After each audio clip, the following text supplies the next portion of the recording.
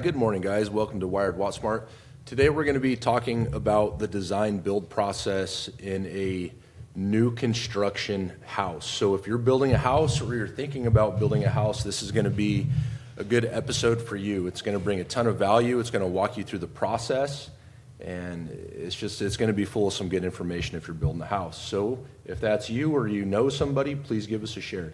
So the first thing we're going to dive into is the first steps and the initial conversation when you would make contact with us. And so the first thing we're talking about is, or the first question that we're going to be asking is, so what's the size of the home? And we're looking for the size of the home in square feet. That's going to help us do a load calculation to size the service.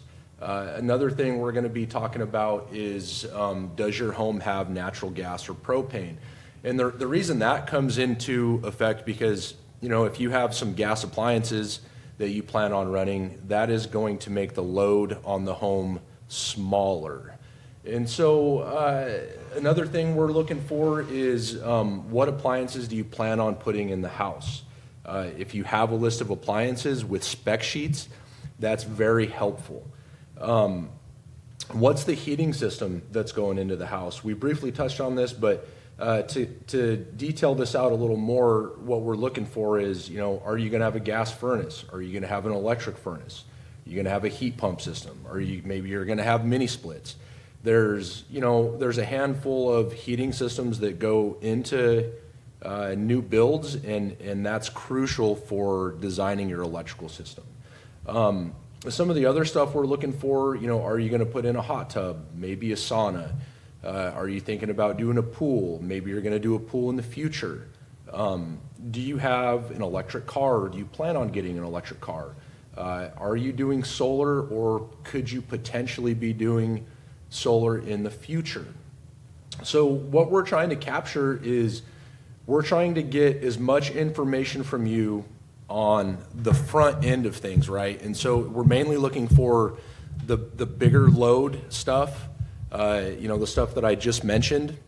And so the more information you can give me on the front end, the better job I can do designing a system for you. And so like what this really boils down to is, so in a typical new construction house, smaller house, 1,500 square feet and smaller, we're typically seeing a 200 amp service. You get bigger than that, and obviously it's based on the loads that are going into the house. You might bump it up to a 400 amp service.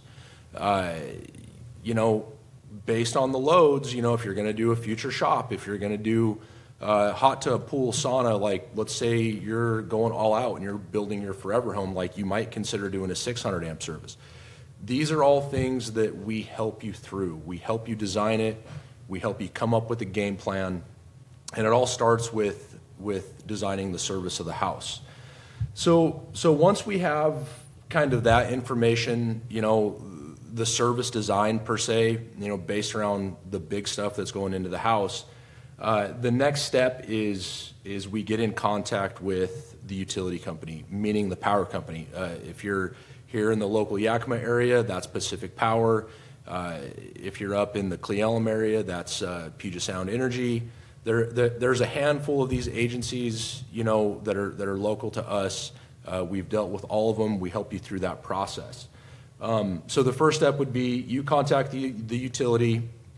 As the homeowner, you make the first initiation. You get that work request number, okay? You get that to us, and then we fill out the load sheet. So what a load sheet is it's a piece of paper from the utility where we detail out the load that goes into your house. There's some basic math involved with that. It's more knowing like how to fill it out and the lingo and the appliance draws. It's not a hard process. It's easy to me because I've done so many of them. If you're just a homeowner and you don't have any knowledge, it can be a confusing thing. I hear that a lot for people who try to do this themselves. They get stuck on it. They're not sure what to write down. I do several of them a week, and so it's an easy, fluid process for me. But for the average person, it can be complicated. The biggest thing is just knowing the steps and knowing the people to deal with. I mean, and that's really what it comes down to. And that's an area where we can bring a ton of value. As we know this process, we do it all the time, and so it's really something that we offer that makes your life a lot easier if you're building a home. So once we've submitted that load sheet, and also I want to add, when we submit that load sheet, we have to have a site plan. And so, there's a handful of things you have to have in place before you can get a site meeting. So we have to have that load sheet and we have to have a site plan. And it starts by you getting that work request number. Once we have those things submitted, we can get a site meeting with an estimator.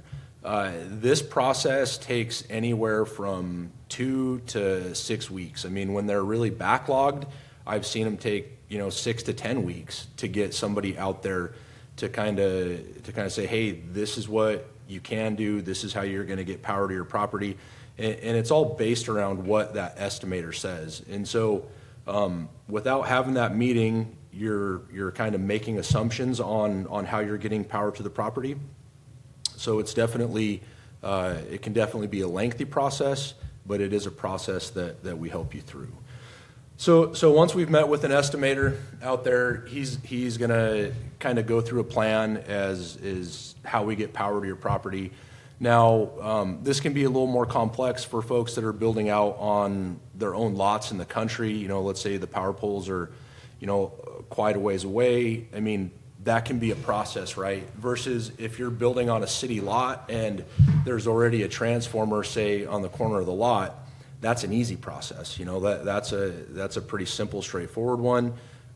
If you're building, out in the country where power is not close by, that can definitely be a more expensive endeavor and a more challenging endeavor.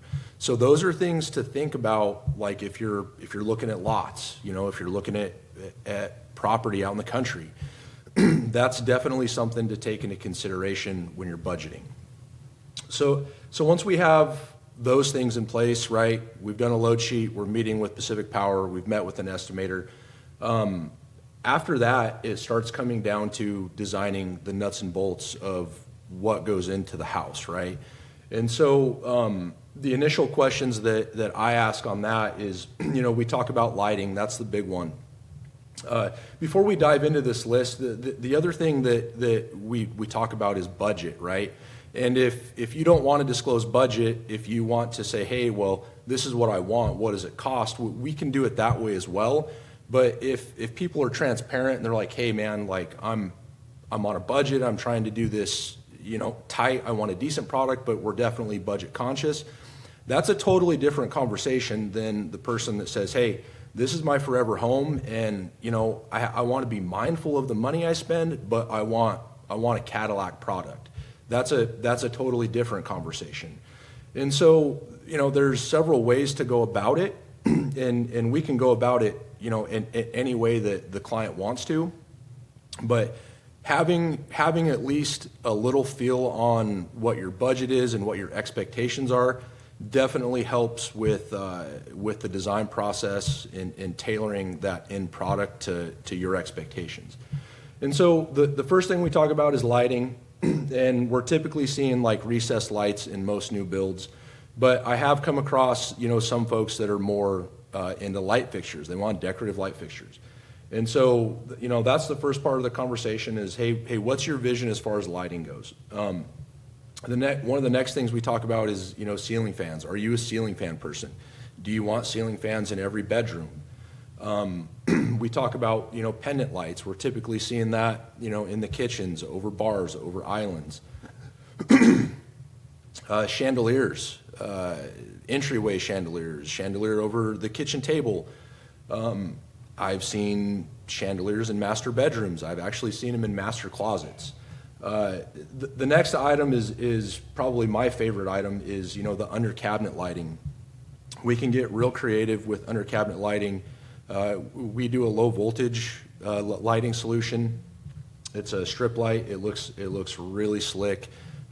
Not only can you put it under cabinets, you can do it in toe kicks, you can do it in shelves. it's a really cool product, and I feel like that part of the product like really makes the installation, the final product, just look real high end. Under cabinet plug molding, you know, some people are doing really expensive backsplash, and they don't want outlets in their backsplash, you know, in their kitchen, and so we can do a plug strip that mounts underneath the cabinets. It's a real clean look. Another thing we talk about is, you know, smart homes. If you want to do smart home devices, this is a good time to start that conversation. Maybe you don't want smart home devices, but you do want dimmers. So we're going to talk about dimmers. We're going to talk about USB charging outlets. We can get really in depth with what this conversation looks like, but what we're trying to do on the front end is we're just trying to dial in as much of the details as we can on the front side. So not only are we trying to help you with the design, but we're trying to help you with the budget as well.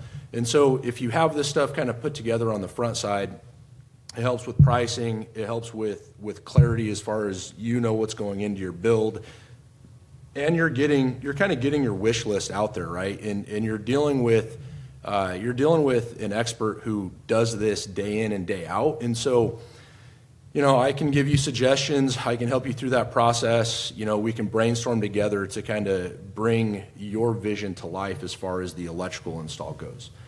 As far as the importance of that, there's so much value here, especially in the process with Pacific Power. That can be a painstaking process, but it's simple if you've done it a lot of times, which we have. Now, if you're dealing with a general contractor, you know, they are going to help you through some of the finishes and some of that stuff as well. They're going to have good insight. But typically with a lot of my custom builders, we're very involved in the design process along with the general contractor. And so, you know, I can't stress the importance enough of having us involved on the front end of this. Another thing we can do, you know, but it's part of our consultation that we do is we can get all this stuff on a blueprint for you. And so we can meet once, a handful of times, you know, we can get it drawn out on paper as far as light placement. That way you can visually see on the print, you know, where the can lights are, where the light switches are, where the outlets are. And it's a good visual aid. You know, it helps people kind of see what they're going to get. I think there's a ton of value there in getting that stuff sorted out on the front side. You know, so some of the other things that are often overlooked with this process is you are going to need temporary power for construction. And so that's something we also offer. We get that set up. That way during that whole build process, your builder has construction power. I've seen it multiple times where people who are tackling this on their own will put like an RV out on their property, and they'll have that thing sitting there for 8 months while they're building their house. Well, we can power that off of the construction power.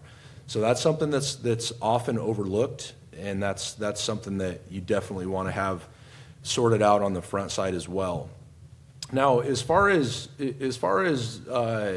like the fine details of this process, I mean, you can be as thorough with this on the front end or as vague. I mean, I see some folks that they're like, hey, let's get a basic plan on paper, and then once the house is built, once we have framing done, let's do a walkthrough and let's kind of talk about some more in-depth ideas at that time. And that helps people kind of visualize it, right? The way that typically looks is we'll come in that first day and we'll set all the can lights, we'll put the switch light boxes up, we'll have notes all over the framing with Sharpie, and then we'll spend that first day kind of doing that. And then that next morning or that afternoon, we'll get the homeowner to come in and we'll walk through it. And what that looks like is we'll explain all the switching. Hey, this switch does this. This switch takes care of these lights. This switch does that. And it really helps kind of visualize what you're going to get when you can see it, when you can see it there in front of you. And so there's so much value in that versus just saying, hey, you get what you get, and here's your bid. And because a lot of guys do that, and a lot of general contractors will do that. They'll just say, hey, this is what's in the bid, this is your budget, this is what you get. And if you are a person that is, if you are on a tight budget, then sometimes it does have to be that way. But if you're, if you're budget conscious, but you're willing to be, a little flexible, and if you're willing to be within reason of that budget, a little more, a little less, we can get you a product that is yours, and we can get you a product that you're going to be happy with. Once again, there's so much value in getting this stuff sorted out on the front end versus having that house finished up, and you're moving in and you're looking at it and you're like, man, I wish we would have did this, or I wish we would have did it this way, or I wish our electrician would have suggested this because it would have been nice. Now you got a finished house, it's sheetrocked, it's painted, and if you want to make those changes, it's a big deal. You're cutting sheetrock, you're moving stuff. It's a pain in the ass. You don't want to do that. And that's why it's so important to get this stuff sorted out on the front side, because at the end of the day, it saves you money. It saves you money, and it saves you headache. So, I wanted to get this information out there. If you're thinking about building a house, or if you know somebody that's building a house, get in touch with us. I really like working on design on this stuff. It's a lot of fun, and it's a great way to bring value to our customers. If you found value here, give us a share, tell your friends. We're definitely trying to grow the show, and we're trying to get the word out there on all the ways that we can bring value to you and the community as your electrical contractor. Get smart. Call WattSmart.